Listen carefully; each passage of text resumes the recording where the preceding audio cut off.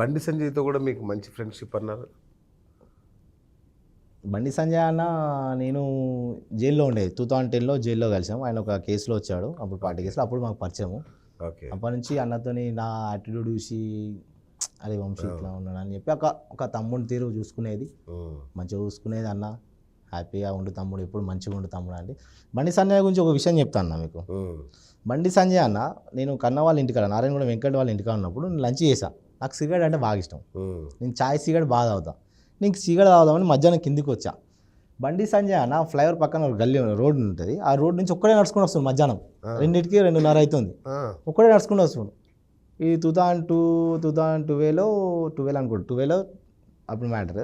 ఒక్కడే నడుచుకుంటూ వస్తుండు.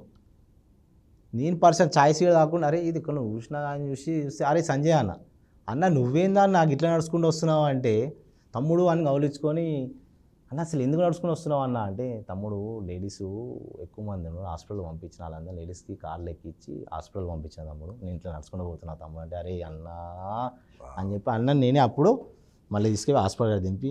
అంటే వీళ్ళంతా అన్న లీడర్స్ అన్న, ఏంటంటే వీళ్ళ మంచితనం ఈ రోజున వీళ్ళు మంచి స్టేజ్లో పెట్టారు. అంతే తప్ప వాళ్ళతో నా వాళ్ళు వంశీని పట్టుకొని ఏమో చేపియాలి, వంశీతో ఏమో చేయాలి. ఇప్పుడు అన్న కేంద్ర మంత్రి అయింది, మరి తమ్ముడు రా చూసుకుందాం అట్లా ఏం లేదా? అది అంతే బ్రదర్, ఇంకా చెప్పలేను. వాటిని చెప్పరా? Okay right. జైల్లో ఉన్నప్పుడు ఇంకా చాలామంది పరిచయం అయ్యారు మీకు, చాలామంది. మధ్యలో చెరువు సూరి లాంటి వాళ్ళు, ఫైమ్ లాంటి వాళ్ళు, వాళ్ళతో ఏంటి మీ రిలేషన్? ఏం లేదు బ్రదర్, వాళ్ళెంతో మేమంతా